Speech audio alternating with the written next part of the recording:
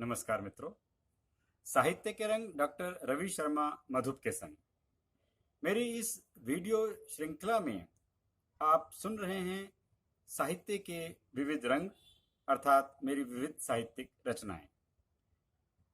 इससे पहले कि मैं आज एक नई रचना आपके बीच प्रस्तुत करूं, मैं सबसे पहले अभी अपने उन सभी मित्रों, आत्मीयजन, विद्यार्थियों और सभी बंधु बांधवों का हृदय से आभार व्यक्त करना चाहता हूं, जिन्होंने 45 दिन के अल्प समय में ही मेरे इस साहित्यिक चैनल को, जो शुद्ध रूप से साहित्य चर्चा करता है, भाषा से संबंधित मुद्दों पर बात करता है, उस चैनल को, जिसमें ना कोई सनसनी है, जिसमें ना कोई नमक मिर्च मसाला लगा करके चटपटी बातें परोसी जाती हैं, ना किसी तरह की अफवाहें फैलाई जाती हैं या बात को किसी तरह से बढ़ा चढ़ा कर कहा जाता है, ऐसे साहित्यिक भाषा विषयक चैनल को 161 मित्रों ने इतने कम समय में सब्सक्राइब किया है। मेरी पहली वीडियो को 359 मेरे मित्रों ने देखा।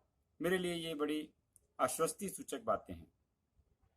इसी बीच विभिन्न मित्रों ने इन वीडियो को देख करके अपनी टिप्पणियां दी हैं।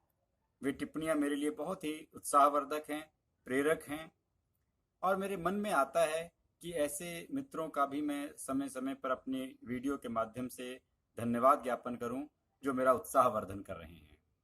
तो मैंने सोचा है कि प्रत्येक वीडियो में मैं अपने 10 ऐसे शुभचिंतकों का हृदय से आभार व्यक्त करूंगा, नाम लेकर, जो मुझे सहयोग दे रहे हैं, मार्गदर्शन दे रहे हैं, उत्साहवर्धन कर रहे हैं, टिप्पणियां कर रहे हैं मेरी बात पर, और उनके सुझावों को मैं प्रयास करता हूं अपनी अगली वीडियो में शामिल करने का।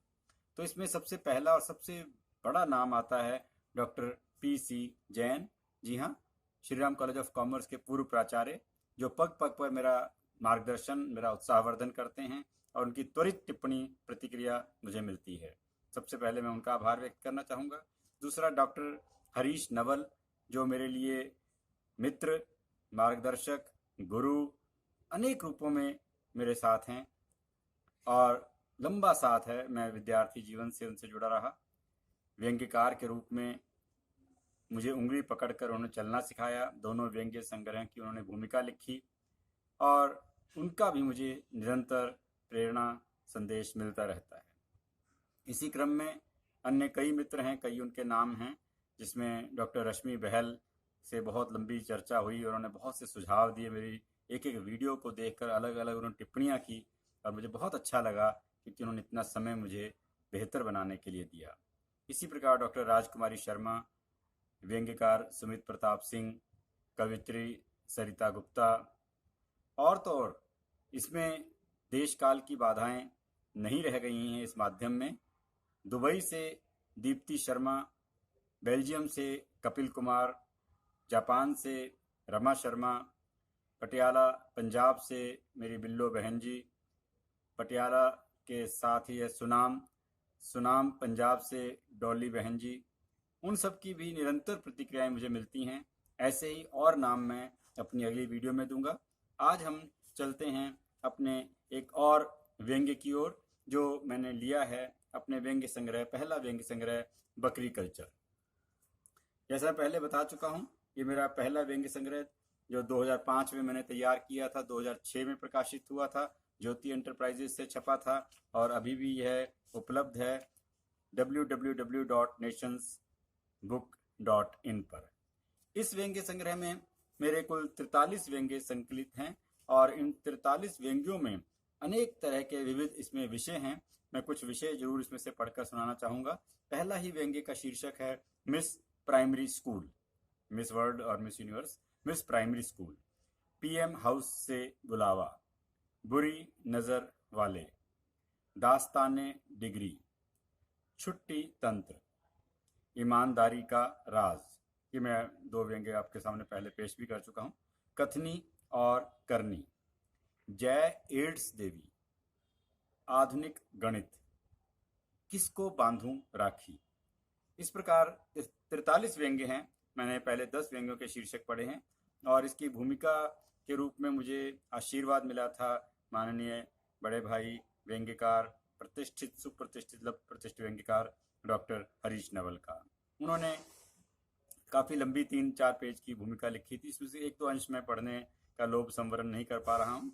उन्होंने लिखा, मैंने पाया कि रवि शर्मा के व्यंग्य पठनीय हैं, उनमें रोचकता पर्याप्त रहती है, कुतूहल बनाए रखने का यत्न भी दिखता है, उन्हें एक विचार या कहें आइडिया सूझता है और फिर वे उसके अनेक आयामों की काल्पनिक उड़ान भरते हैं और उसके व्यवहारिक पक्षों को सांकेतिकता के साथ पिरोते हैं और आम जनजीवन से संबद्ध किसी तथ्य विशेष को वे अपने तई प्रकट करते हैं। उनका लक्ष्य विसंगति निदर्शन होता है। इसके शिल्प पक्ष में वे उपमानों को बुनते हैं और भाषागत कतिपय नए प्रयोग कर उसे एक जामा पहनाते हैं। इसी प्रकार उन्होंने आगे लिखा था कि रवि की उक्तियां विशिष्ट हैं, वे सूक्तियां बनने की भी क्षमता रखती हैं। इन्हीं उक्तियों में उनका व्यंग्यकार साधिकार प्रकट होता है। उदाहरण के लिए, भारतीय गोरी चमड़ी के यार हैं, गोरी चमड़ी देखते ही उनकी धड़कनें बढ़ जाती हैं, सिर सम्मान से झुक जाता है। अकेली नारी के प्रति अतिरिक्त करुणा तथा सहानुभूति भारतीय पुरुष की पहचान है। जितनी मोटी जेब उतना प्यारा भाई। ऐसी कुछ उन्होंने सूक्तियां इसमें से दी हैं और रवि शर्मा के उपमान भी प्रभावित करते हैं। यथा, जेब से नोट ऐसे मुंह मोड़ते हैं जैसे नेताओं से ईमानदारी। महंगाई के राहु ने खुशी के चंद्रमा को ग्रस लिया, प्यारे की तोंद के साथ उसका घर भी फूल फल रहा था, आदि। तो इस प्रकार मैंने आपके लिए कुछ पंक्तियां इसमें से मैंने सुनाई हैं पढ़ करके, जो डॉक्टर हरीश नवल ने लिखी हैं। अब मैं जो व्यंग्य आपके सामने आज पेश करने जा रहा हूं उसका शीर्षक है आधुनिक गणित। आप देखिए इस व्यंग्य के माध्यम से मैंने किस व्यवस्था पर चोट की है। मिस्टर चड्ढा की पुत्री ने एमए की परीक्षा में प्रथम स्थान प्राप्त किया। गणित के अध्यापक चड्ढा साहब ऐसे प्रसन्न थे मानो किसी निकाले गए मंत्री को दोबारा मंत्रिमंडल में शामिल करने का आश्वासन मिल गया हो। बेटी ने आगे पढ़ने की इच्छा व्यक्त की। श्रीमती चड्ढा ने तुरंत रोका। अब और कितना पढ़ेगी? आखिर ज्यादा पढ़ लिखकर कौन सा तुझे लाट साहब बनना है? बेटी ने कहा, नहीं माँ, अभी तो मुझे एमफिल करनी है, फिर पीएचडी, उसके बाद लेक्चरर बनना है। श्रीमती चड्ढा ने बुरा सा मुंह बनाया और चली गई रसोई घर के भीतर। उधर चड्ढा साहब मुस्कुरा रहे थे। वे अपनी बेटी से सहमत थे। उन्होंने आगे पढ़ाई की अनुमति दे दी। पुरुष प्रधान समाज में श्रीमती चड्ढा का विरोध ऐसे दबकर रह गया जैसे संसद में निर्दलीय सांसदों की आवाज। बेटी ने एमफिल पीएचडी कर लिया। अब जगने लगे लेक्चरर की नौकरी के स्वप्न, जैसे एमपी बनने के बाद मंत्री पद पाने के सपने।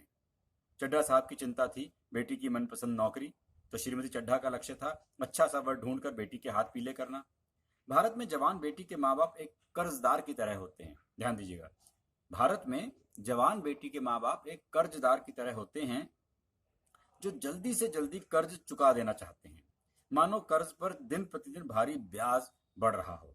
लड़की की इच्छाएं, लक्ष्य, सपने माँ बाप के तुगलकी आदेश के नीचे ऐसे दम तोड़ देते हैं जैसे पाकिस्तानी फौजी शासन के तले लोकतंत्र। लेकिन यहाँ चड्ढा साहब ने अपनी बेटी का पक्ष लेकर उसके सोए अरमानों को ऐसे जगा दिया जैसे ऐश्वर्या, सुष्मिता, लारा दत्ता आदि ने हर भारतीय बाला के विश्व सुंदरी या ब्रह्मांड सुंदरी बनने के सपने को जगाया। बेटी ने नौकरी के लिए कई इंटरव्यू दिए। हर बार योग्यता तथा अच्छा साक्षात्कार होने के बावजूद वह उसी प्रकार असफल हो जाती जैसे भारतीय अर्थनीति। कारणों की तलाश शुरू की गई, मगर कोई ठोस कारण पता नहीं चला। चड्ढा साहब कोई सरकारी अफसर या मंत्री तो थे नहीं कि बिठा देते जांच समिति या जांच आयोग। अतः उन्होंने अपने मित्र परिचितों से इस समस्या का समाधान पूछना शुरू किया। सबने अपने अपने सुझाव दिए, मगर चड्ढा साहब को कोई नहीं जचा। अंत में उनके मित्र डॉक्टर मुरारी शर्मा की चाणक्य बुद्धि ही काम आई। उन्होंने चड्ढा साहब से पूछा, तुम्हारी प्रमुख समस्या क्या है? चड्ढा साहब तपाक से बोले, बेटी की लेक्चरर के रूप में नियुक्ति। तब शर्मा जी ने श्रीमती चड्ढा से उनकी मुख्य समस्या पूछी। उनका दनदनाता उत्तर आया, बेटी का विवाह। डॉक्टर मुरारी शर्मा ने अपने दिमागी कंप्यूटर का बटन दबाया, दोनों समस्याओं को उसने फीड किया, जिनमें एक चमचमाता समाधान उनके परम विकसित दिमागी कंप्यूटर ने तुरंत दिया। क्या समाधान है, ध्यान दीजिएगा, इसी में व्यंग्य निहित है। एक आकर्षक विज्ञापन समाचार पत्र में दिया जाए जिसकी शब्दावली कुछ इस प्रकार की हो। आवश्यकता है एक योग्य वर्ग की, आवश्यकता है एक योग्य वर्ग की जो किसी विश्वविद्यालय के विभागाध्यक्ष या कुलपति, किसी कॉलेज के प्रधानाचार्य या कॉलेज प्रबंध समिति के अध्यक्ष या किसी मंत्री अथवा एमपी का बेटा हो। सीधे स्थायी लेक्चरर, परमानेंट लेक्चरर नियुक्त कराने में सक्षम लड़के को वरीयता दी जाएगी। टिप्पणी, नीचे नोट टिप्पणी भी दी है। लेक्चरशिप दिलाने में सक्षम कुलपतियों, विभागाध्यक्षों, प्रधानाचार्यों, मंत्रियों आदि पर भी विचार किया जा सकता है, कोई आयु सीमा नहीं। चड्ढा दंपति की समझ में कुछ नहीं आया। अरे ये कैसा विज्ञापन है, लड़की की शादी के लिए भला कोई ऐसा विज्ञापन देता है? उन्हें डॉक्टर मुरारी लाल शर्मा की बुद्धि पर संदेह हुआ कि कहीं सठिया तो नहीं गए शर्मा जी, मगर शर्मा जी मुस्कुरा रहे थे। वे बोले, क्यों, नहीं समझ आया ना? चड्ढा साहब, आपने गणित तो बहुत पढ़ाया, मगर ये आधुनिक गणित आपकी समझ के बाहर है। आजकल लेक्चरर के रूप में चुने जाने वाले अधिकतर उम्मीदवार शैक्षिक दृष्टि से भले ही कम योग्य हों, परंतु जोड़ तोड़ या पैतृक दृष्टि से विशेष योग्यता संपन्न होते हैं। किसी के पिता कहीं लेक्चरर हैं, तो किसी के ससुर किसी विश्वविद्यालय के विभागाध्यक्ष, किसी के पति की पहुंच उपकुलपति तक है, वाइस चांसलर, तो किसी की पत्नी का भाई किसी कॉलेज की प्रबंध समिति, मैनेजमेंट कमेटी का अध्यक्ष है। ऐसे सभी उम्मीदवार इंटरव्यू के दौर से ऐसे हंसते हंसते चुटकियां बजाते पार हो जाते हैं, सफल हो जाते हैं, जैसे ग्रीन चैनल से विदेशी या भ्रष्टाचार के आरोपों से घिरे हमारे माननीय नेतागण। तुम्हारी बेटी के पास ये सब विशेष योग्यताएं तो हैं नहीं, इसलिए वह बेचारी इंटरव्यू से पहले ही रिजेक्ट हो जाती है। जैसे कोई राजनीतिक पार्टी सबसे बड़ा दल होने के बावजूद सरकार बनाने के लिए ना बुलाई जाए। इसलिए मेरे दिमागी कंप्यूटर ने यह हल निकाला है। शर्मा जी का यह अद्भुत ज्ञानात्मक विश्लेषण सुनकर श्रीमती चड्ढा और चड्ढा साहब गदगद हो उठे। उनकी बुद्धि के बंद किवाड़ भड़भड़ाकर खुल गए। सबने डॉक्टर मुरारी शर्मा के दिमागी कंप्यूटर की अपार क्षमताओं की प्रशंसा के पुल बांध दिए। उनके सुझाव पर तुरंत अमल किया गया। विज्ञापन दिया गया।